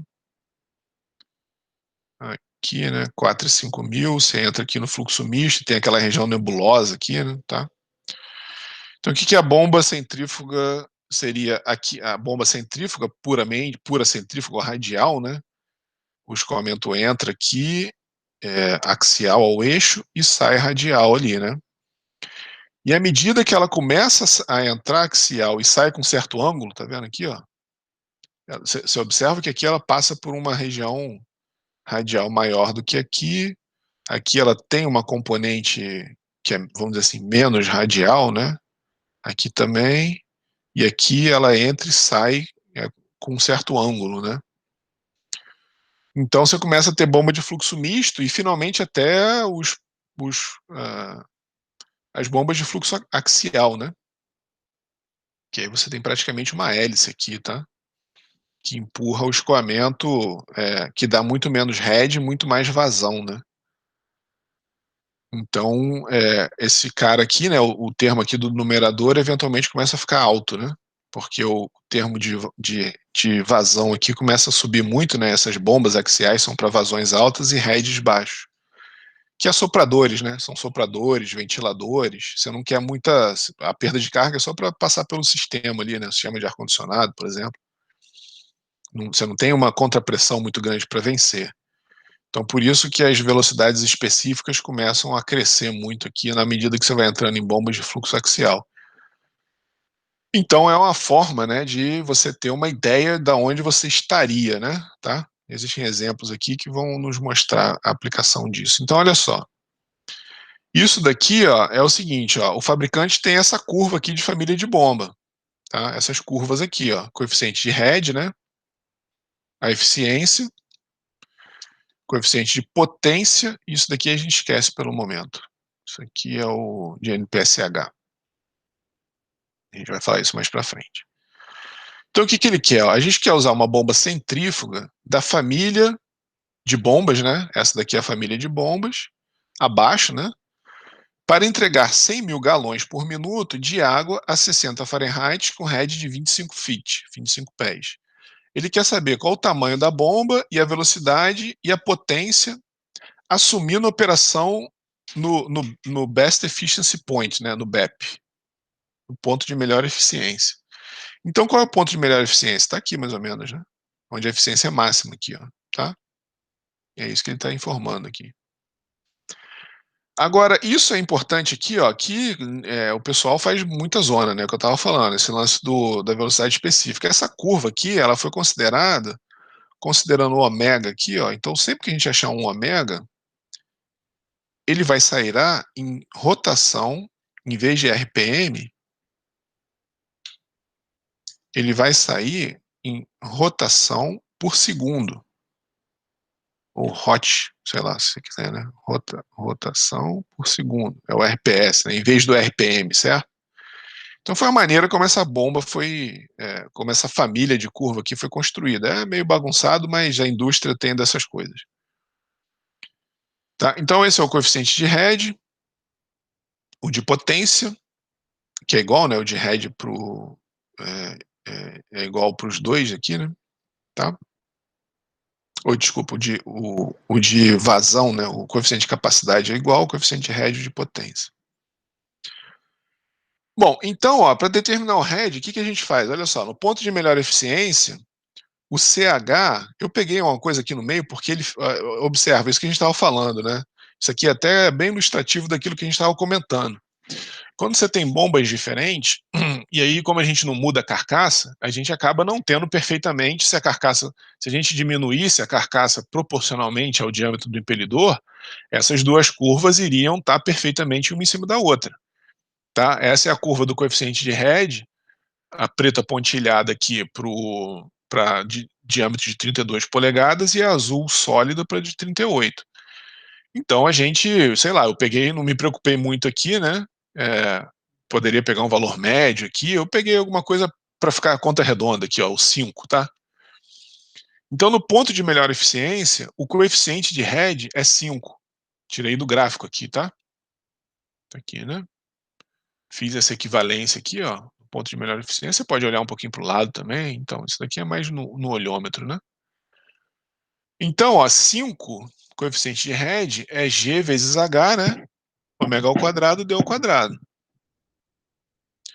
O G, 32,2 pé por segundo ao quadrado. Isso aqui é a aceleração local da gravidade em pé por segundo ao quadrado e 25 pés aqui, né? Esses dois caras a gente quer determinar, ômega e d, né? Ele quer saber o diâmetro e a velocidade, lembrando que aqui vai sair em rotação por segundo, tá? RPS. E o coeficiente de vazão, cadê? Esse é o de head. Ah, sim, eu fiz besteira aqui atrás, né? 0,115. Cadê o coeficiente de head? P2. Aqui eu não escrevi certo. Esse aqui, na verdade, é o coeficiente. Esse aqui é o nosso CH, tá certo? Não, aqui eu escrevi errado. Aqui é o CQ. O coeficiente de vazão é esse aqui, ó. Fiz besteira aqui, ó. Esse é o de potência, tá de acordo com a nossa nomenclatura. Esse é o de head, tá de acordo com a nossa nomenclatura, tá aqui. E o que tá errado é que esse cara aqui é o CQ, que é esse cara aqui. E ele tá aqui embaixo, né? Ó, bem lá embaixo. Eu não sei se eu olhei certo. Eu botei aqui 0,115. Talvez seja um pouquinho maior ali, né? Mas enfim, deixa assim. Então esse daqui não é o CH. Esse aqui é o CQ. Ah, não, desculpa. Putz, me enrolei todo aqui, ó. Realmente isso daqui não tem nada a ver. Isso daqui realmente é o de NPSH. E esse cara aqui está aqui embaixo. Falei besteira, foi mal. Esse cara aqui está aqui embaixo, ó, 0,115, tá?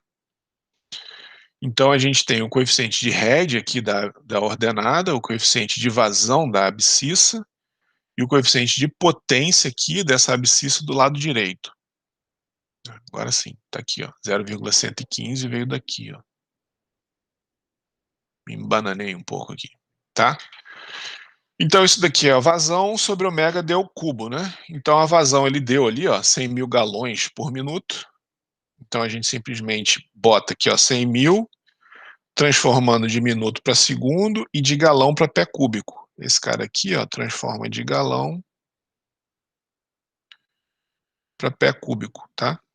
É essa constante aqui. De novo, né? Ômega d ao cubo eu não tenho.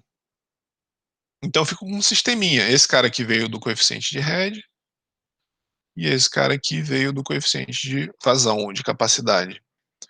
Aí o que eu posso fazer aqui, ó? Usando a relação 2, o que eu faço? Né? Isolei o ômega aqui, né? Fiquei com o ômega, é igual esse trambolho aqui, ó. Ômega é igual a esse trambolho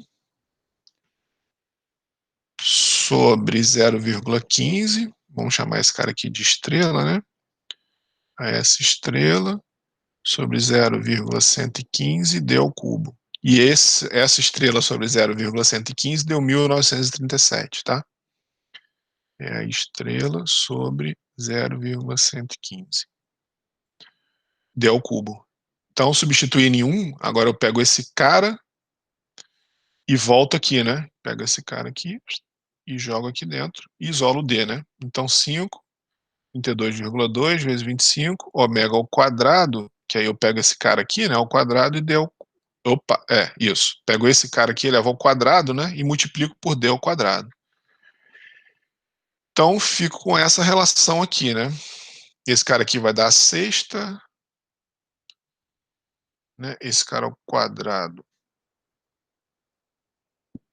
desculpa, vai dar a quinta menos 2. Depois tem que dar uma conferida nessas coisas. Eu acho que tá certo por causa do. Talvez eu tenha escrito aqui errado, né? Mas enfim, é uma questão algébrica aqui, né? Matemática. Ah, tá aqui, foi mal. Ainda não tinha substituído aqui. Aqui que eu substituí, tá? Tava achando meio estranho, mas tá aqui, dê a quarta, tá certo? Esse cara aqui dá a sexta. Menos 6 aqui embaixo, né? Dê a sexta no denominador, né? Aqui embaixo. Então eu fiquei com D a quarta, isso que eu estava lembrando que tinha um D a quarta em algum lugar. Então tá aqui, ó, 12,4 pés, né, resolvendo, ou 3 metros. Então uma coisa meio louca, né? Se a gente quisesse usar essa bomba, a gente teria uma bomba de 3,8, quase 4 metros de altura. Do jeito que ela tá, quer dizer, eu peguei essa condição aqui, ó, de 100 mil galões por minuto para usar essa bomba.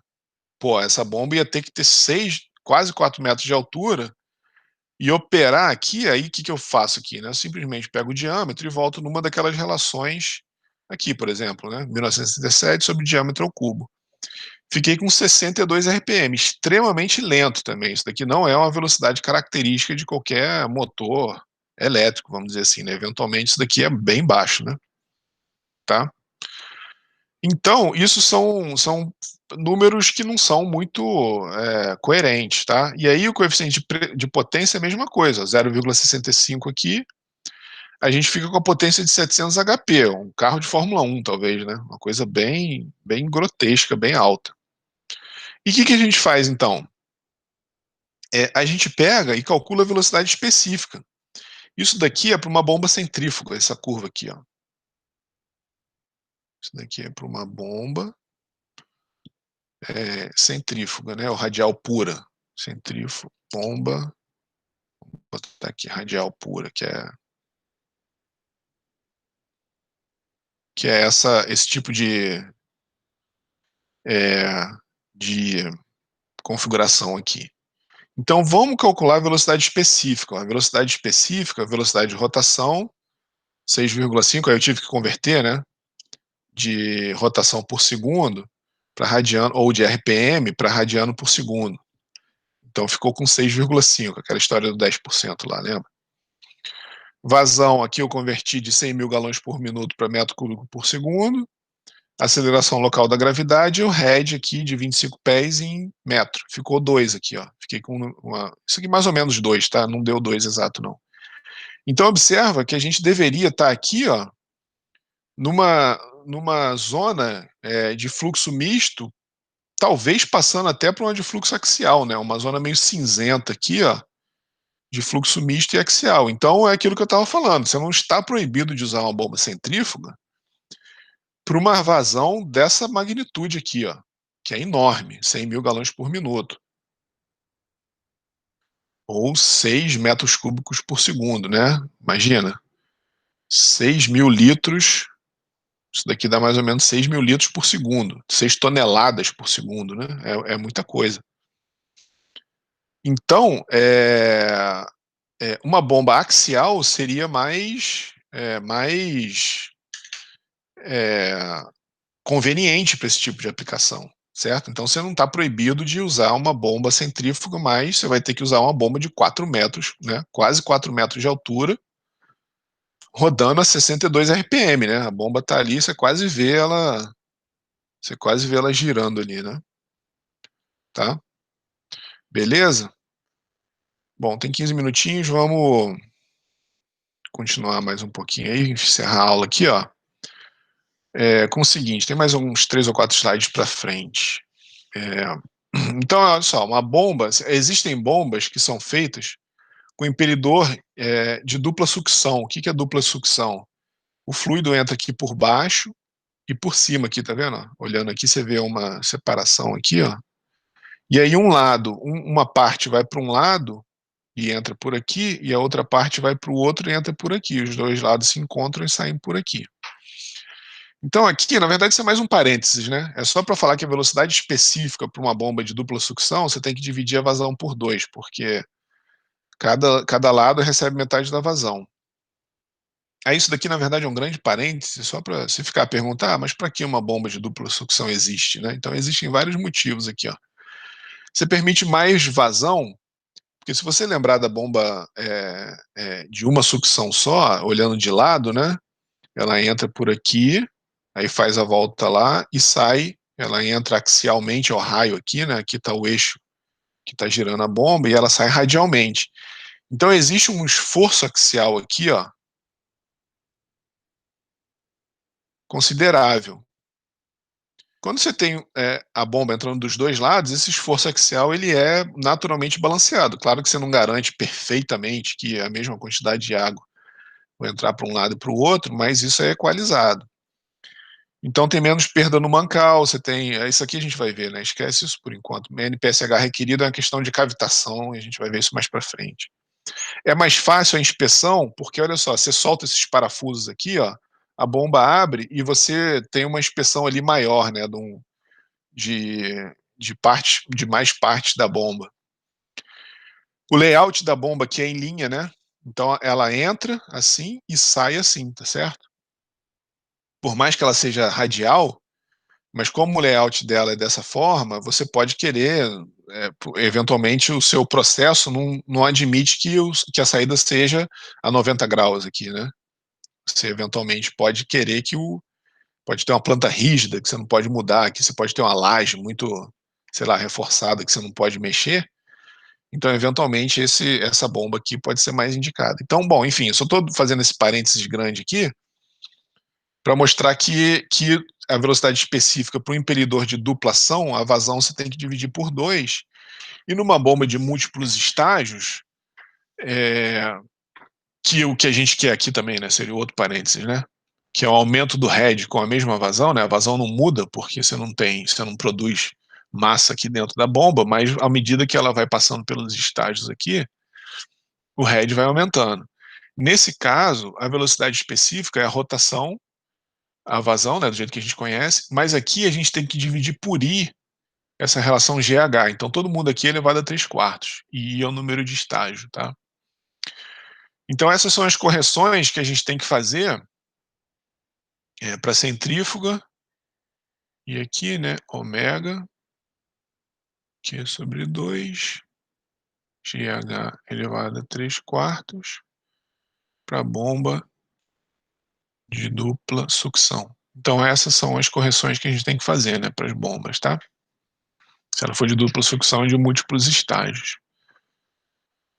É, bom, então algumas outras grandes vantagens aí da análise dimensional, né, que a gente consegue, né, ou analisar a variação da curva da bomba para novas condições, a similaridade pode fornecer, né, o projeto ou seleção de turbomáquinas de uma família de unidades geometricamente similares. Então você pode ter uma bomba que funcionou muito bem, você quer fazer uma maior, uma menor, você faz um gráfico desse tipo aqui, né? Um gráfico, eventualmente, desse que eu mostrei para vocês aqui atrás, ó, que eu falei que ela não é usado eventualmente, aqui, ó, isso daqui geralmente não chega não, eventualmente não chega para o usuário final, isso é um gráfico de uma família de bomba. E usando essas leis de similaridade, a gente pode prever quanto é o head e a vazão, que foi o que a gente fez nesse exemplo, nem precisava ter voltado tanto, né? Que foi o que a gente fez nesse exemplo aqui, ó. Aqui, ó, nesse exemplo, tá? Que a gente, na verdade, estava analisando velocidade específica, mas ela poderia ter sido usada também para a gente analisar a variação, definição, né, da vazão, da potência e do head de uma família de bombas, tá? Beleza? Então, é, claro, né, o que a gente fez, ó, examinar o efeito da variação da velocidade, do tipo de fluido, do tamanho e de uma determinada unidade, né, para uma determinada unidade aqui, tá? É, projeto de bomba para fornecer escoamento na Lua, isso aqui é sério, né, porque, ou numa estação espacial, porque lembra que o coeficiente aqui de head, ele tem aceleração local da gravidade, aqui, ela aqui, ó. Então você pode eventualmente avaliar como que a gravidade influencia no head da bomba. É, bom, que a gente já falou, né? Para outras condições, maior head ou para uma massa específica maior. Então a gente consegue fazer esse projeto, né, da bomba usando análise dimensional e essas leis de similaridade, tá?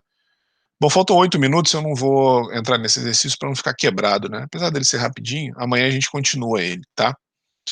Bom, então é isso, importante a gente ter visto hoje toda essa questão de leis que permitem a gente variar a curva da bomba, assim como a gente tinha visto na semana passada, as leis que permitiam variar a curva do sistema. E aí a gente vai juntar essas 2 coisas amanhã, tá. Beleza? Alguma dúvida aí, alguma pergunta?